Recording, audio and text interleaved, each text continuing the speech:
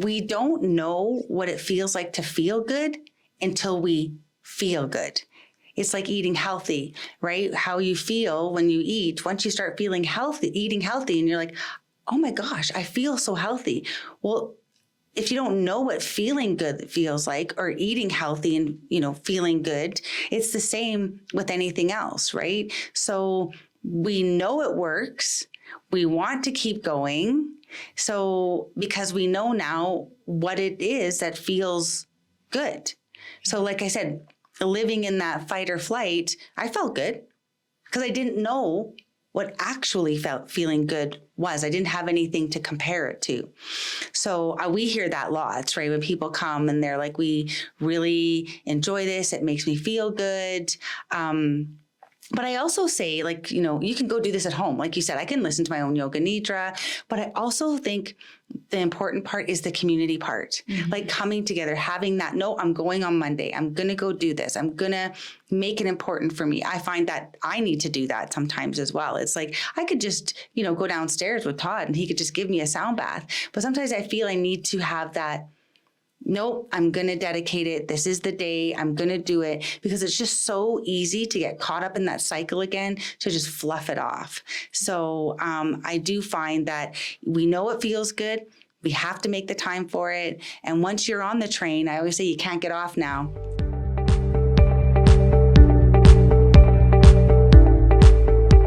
Welcome back to Hear Me Out with Belinda. I started the podcast because I'm passionate about educating the community on the importance and benefits of hearing healthcare, and to help guide you on your better hearing journey. Today, I'd like to share my personal journey of healing with sound. It started just over 2 years ago when I attended my first retreat and there was a sound bath. Today, I'm excited to introduce you to our guest and founder of Foothills Wellness Retreat, who organized my first retreat 2.5 years ago. Welcome, Lisa. Well, thank you for having me. So let's jump into it. Okay. For all of the viewers that don't know, do you need a bathing suit for a sound bath? I love this. And honestly, it was just asked the other couple weeks ago. They were like, do I need a bathing suit to go to a sound bath? But you don't. You don't need a bathing suit. You're not getting wet. It's actually, you're getting bathed in the vibration of sound. So what do you need? You need something to create what I call your rest nest. So you need, whatever comfort items you'd like. So you don't really need anything. You can come with just a yoga mat if you'd like. But if you really want to make yourself comfortable, a pillow, blanket, eye pillow, maybe a bolster, extra pillow, maybe a comfy extra. Some people bring one of those, a mat that almost looks like a cushion that people lie on. So whatever you want to do to create your rest nest is what I call it. That's perfect. So tell me a little bit more about how you how you founded the Foothills Wellness Retreat. What do you guys do apart from the sound baths? Well, that was a bit of a journey. So in 2019, I kind of had what I call an emotional bottom, and I was struggling with some things at home, and I just wasn't doing well. A lot of crying, a lot of anger, a lot of blaming. So I reached out to my husband, Todd, and said, I need some help. I need to go see a counselor or something. So I started seeing a talk therapist, and through that, she recommended I do some self-care. So I started to go to yoga, which was restorative yoga and yoga nidra. And if people don't know what yoga nidra is, it really is just a guided meditation in a simple form. And I started to notice some things coming up for me, some repetitive thoughts and emotions as I was going to these classes. And I started to attend other events like retreats that I thought, well, let's keep going on this journey. It was kind of helping me. And through that, I started to heal, really, and, kind of lack of a better word, just to say heal, but it's been a journey. And when we went to the retreat was really where we both, my husband and I, saw a lot of areas where we really benefited through meditation, through the sound baths, through many other different modalities. And when we came back home, we started looking for meditations and yoga nidras, and there wasn't anything here. Oddly enough, like they would have maybe a class on one Friday a month, and we were looking for something regularly to attend. So we started to notice that there was something missing in the community. And we knew how much that attending these events and these retreats were giving back to us. So we wanted to give back to the community. So I just dove in. I was like, you know what? We don't have this here. We're looking for something to give back. And we know that it works because our journey, it certainly helped us. So that's what I did. I just said, let's do it. So we did that. I registered to start up the Foothills Wellness Retreat. And then there was other facilitators in the community that I reached out to and asked if they would be a part of, because again, if you don't know what's out there, how can you attend? Yeah. So it was nice to, highlight people within the Foothills community that do offer retreats, sound baths, breath work, whatever there is out there. So that's how we started it. And that's what we would do is, collaborate with other facilitators. And then Todd really had a highlight with the sound. He always played guitar at home, since I've known him. So he always really had a love for music. So when he started to go to the sound baths that we went to, he really resonated to that. And he really wanted to learn more about it. And he did. He took a sound school course, and he took a holistic meditation and meditation teacher's course. And again, that was, really huge and beneficial to his healing journey. So he wanted to give back because he is very passionate about it and what sound and meditation together can do for those who attend. I know it's kind of the long version of it, but that's good. But I think it's true. Like when I saw the post on Facebook. Mm-hmm. At the time, I was restless. I was searching for something. I didn't know what I was searching for, but mm-hmm. I knew I was restless and unsettled. And we saw the retreat, and I signed my husband up, and we came. And then, although I don't remember the full retreat, we had the Qigong, to start off with I think the breath movements and that. But the sound bath is where I noticed the most impactful, because I always carried my anxiety and stress within my stomach.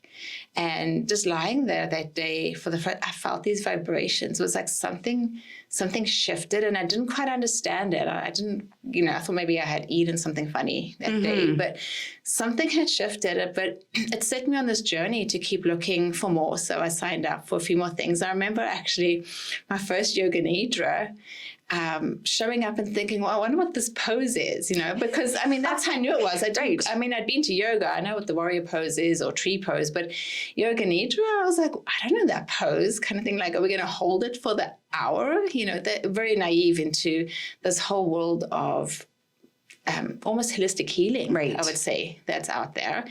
And then I actually kept looking for the sound baths, looking for the vibrations, and almost because I guess with a work in hearing and the importance of sound, I think it was very impactful to me of how much the sound can impact. So even just the drum wash, when you take that drum and mm-hmm. you beat it over, you feel your skin dance, and a lot of deaf people actually talk about how they like the vibrations. They can't hear it, but they can feel, their skin dancing with it. And and then of course just through coming more and more to the sound baths, I guess that's a key part. I'm glad that you have those facilities where we can come and experience the healing in there. I don't think a lot of people actually understand. For myself, I've been in this industry for 17 years, and I only really started learning about the impact of sound and healing and vibrations and all of things just over 2 years ago. But when you really do the research, I was thinking about mm-hmm. it, even cats, right? They say, cats have this healing power. And I think, and I don't remember the frequency of sound that they purr at, but I think they say it actually purrs at the same frequencies that our bones heal. So even though they're not going to heal your bones, they're adding to that positive healing frequency within your own body to help heal it. So it's even something, just Very interesting. it is interesting. Didn't know that. Yeah. So the whole sound is just, it's incredible of how it can impact us emotionally and just, I guess even, I haven't looked into it, but I mean, the bone healing stuff, it must also impact our overall health as well. Well, you bring up something very interesting because we do call it a sound bath because, of course, you hear the sound, but it is more than just sound. Yeah. Because you're right. The resonance of the drum, to me, that's my favorite. And I know I've expressed that to you many times. I love the drum, but I feel it to my core somewhere, like right deep into my soul. It's like, I don't know, I can't explain it either. It's just, and even it not coming over me, because we do call it a drum wash, or we'll take the drum over you and you can really feel the drum. Like I love your, the skin dances. Like I love that. But even if the drum is not over top of you, just drumming around you, you can still kind of feel that vibration. And there is just something about it. For me, it's like right to my soul. I love that.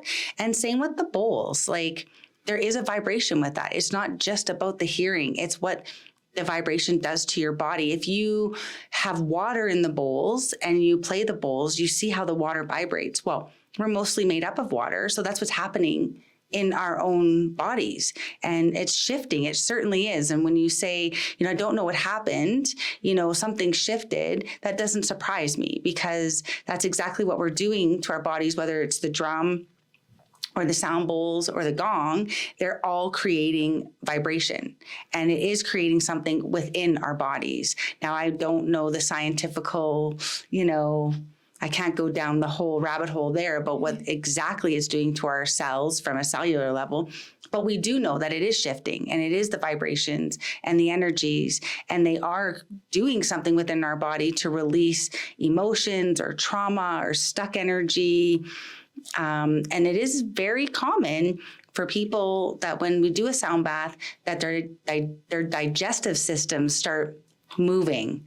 A lot of people will sometimes have to get up and go to the washroom, because it's like something's going on in there. It's definitely shifting. So it works. It does work. And like you said, maybe neither of us quite understand the whole science behind it. We'd have to get an expert in on that. For sure. But I can definitely speak about how it made me feel and the impact it's had. And then, and just also, I think it forced me to look at past trauma, going back to, childhood or early career, relationship.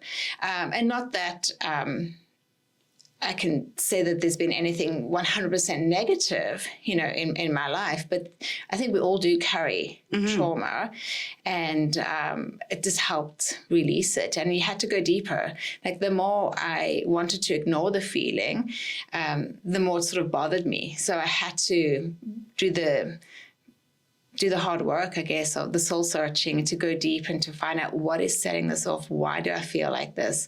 What is preventing me from moving forward?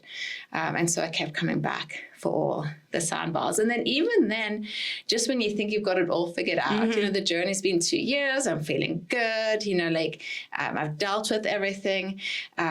Just recently, my oldest son went to the University of Lethbridge, and it set off a whole bunch of emotions again. And they're positive emotions. I'm super excited for him. I'm super proud of him, but I'm heartbroken for myself and, oh my gosh, and what it means for me. And so coming back to those Monday nights to have that sound bath, just to release that tension or negative energy or whatever it is that's stirring inside, and it just comes out. And maybe combined with that meditation, you can just, feel a bit more grounded again in it. Well, it's interesting you say that, because I tell people when I first started on my journey and going to the meditation and restorative yoga, I would cry. Yeah. It was a release. And I used to actually tell people, I'm going to go to yoga tonight and I'm going to go cry, because it actually felt good. You know what I mean? To have that moment to myself, to actually be able to release some of that.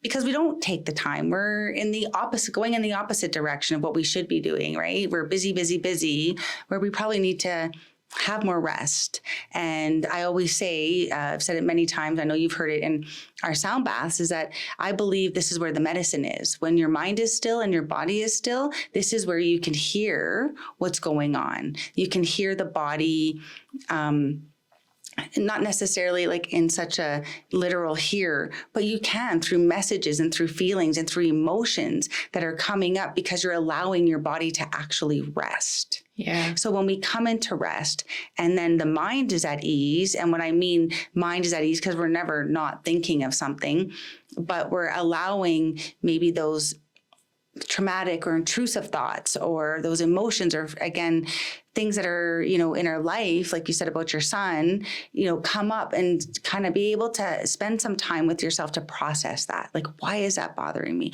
Or maybe there is no why is it? It's just, how can I release the feelings and give myself the grace that I need to cry, maybe, Yeah. So yeah, there's a lot of healing around meditation and sound and vibration. And I've heard that from many, many, many, many participants that have come to our retreats or our sound baths.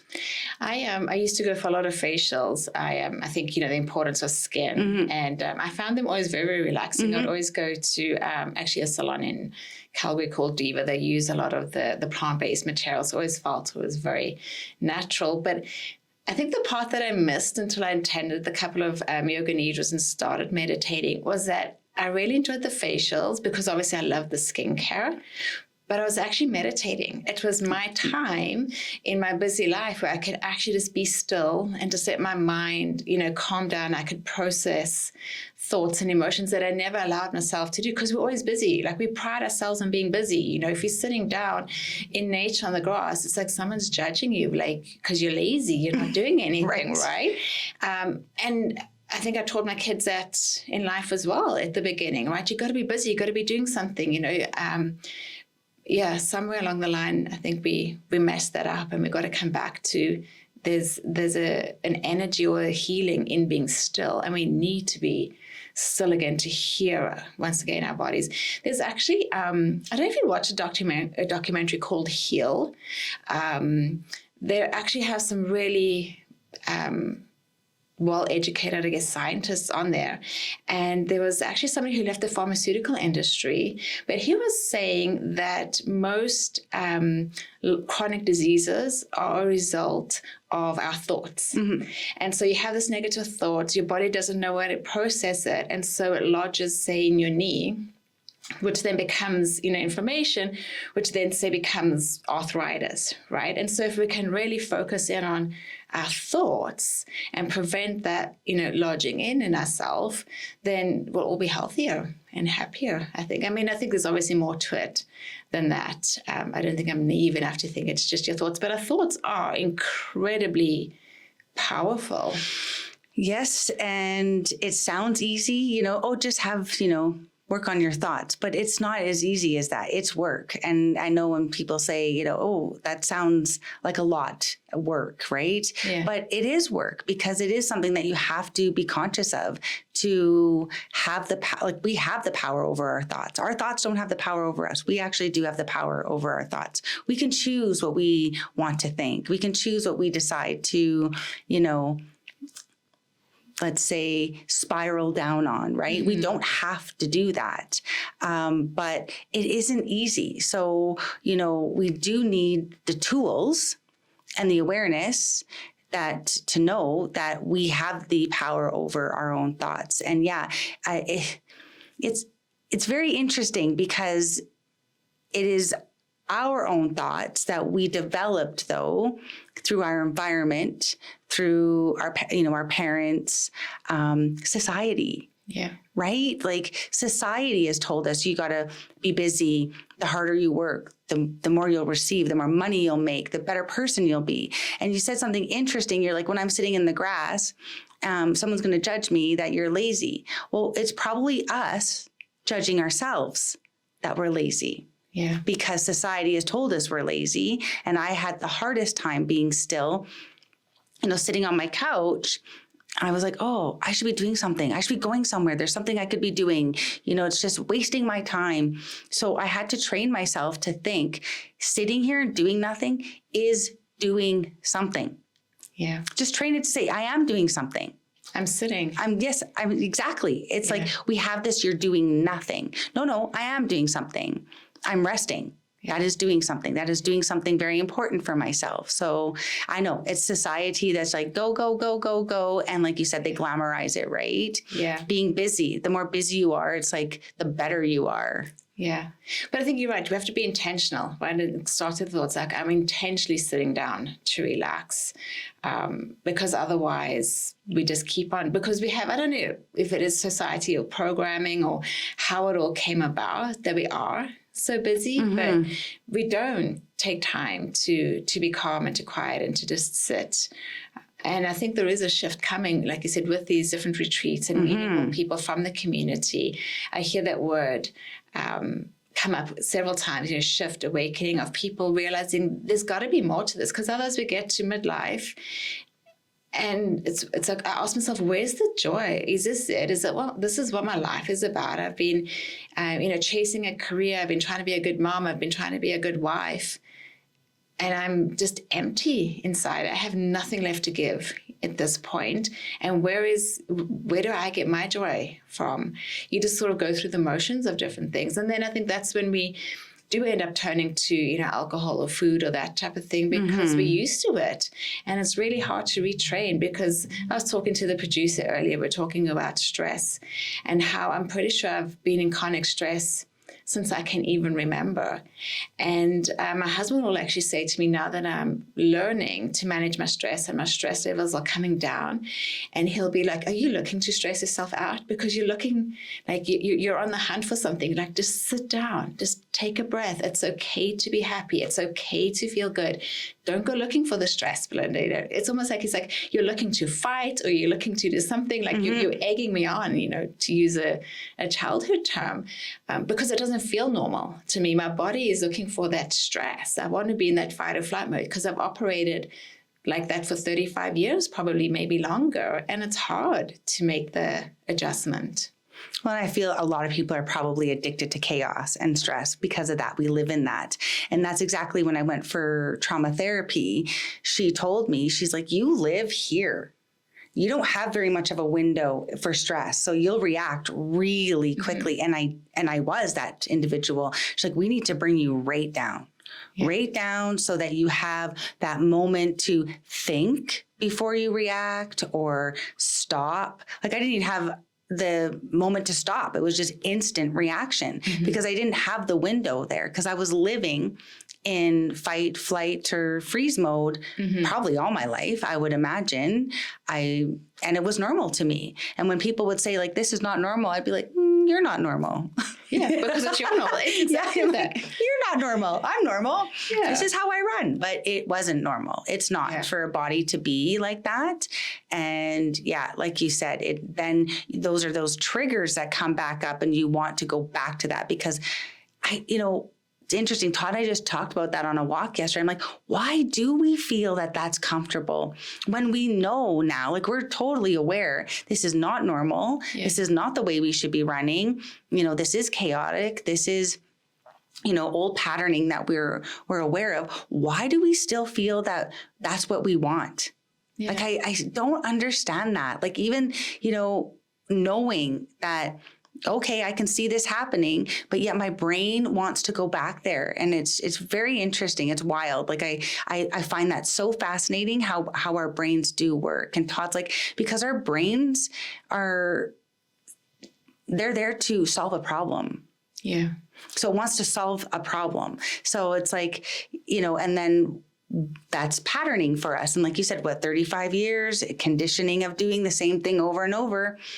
That's what our brain knows. Yeah. And so it's very interesting how we do still want to do that. And we have to consciously, catch it to say, no, I can sit here. No, I can be happy. I can find joy. I don't need to go and find the chaos or the drama or what have you. But that's something very interesting, how we do tend to do that. We do tend to do that.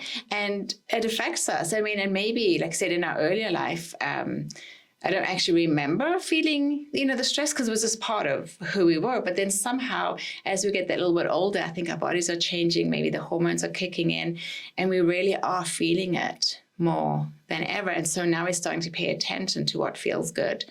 And you want to make it better. But you're right. It's comfortable. It's comfortable to feel stressed out all the time, even though we know is it right? Like, is it comfortable? It's like, we know it's not, but we want to go back. Yeah, but we want to go back to it. Yeah, we want to go back to it because it's normal to us, and so the abnormal feels uncomfortable, and it's trying. Like you said, it's hard work making that normal. And for me, I'm going to go back to the sound baths. If I miss my Monday night sound bath, I don't feel right for the week. I haven't got to the point where I can truly say I can self-regulate. I can do the yoga nidras at home. I can listen to the YouTube sound, baths. I can sit with my cat purring on my lap. It's one of my favorite relaxation things.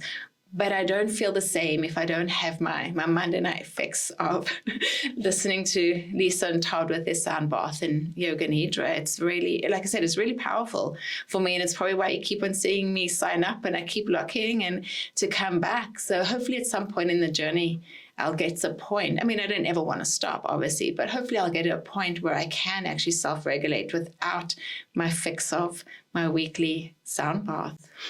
Well, I think, again, we don't know what it feels like to feel good until we feel good. It's like eating healthy, right? How you feel when you eat. Once you start feeling healthy, eating healthy, and you're like, oh my gosh, I feel so healthy. Well, if you don't know what feeling good feels like or eating healthy and, feeling good, it's the same with anything else, right? So we know it works. We want to keep going. So because we know now what it is that feels good. So like I said, living in that fight or flight, I felt good because I didn't know what actually feeling good was. I didn't have anything to compare it to. So we hear that lots, right? When people come and they're like, we really enjoy this. It makes me feel good. But I also say, like, you can go do this at home. Like you said, I can listen to my own yoga nidra, but I also think the important part is the community part, like coming together, having that, no, I'm going on Monday. I'm going to go do this. I'm going to make it important for me. I find that I need to do that sometimes as well. It's like, I could just, go downstairs with Todd and he could just give me a sound bath. But sometimes I feel I need to have that, nope, I'm going to dedicate it. This is the day I'm going to do it, because it's just so easy to get caught up in that cycle again, to just fluff it off. So I do find that we know it feels good. We have to make the time for it. And once you're on the train, I always say you can't get off now. Yeah.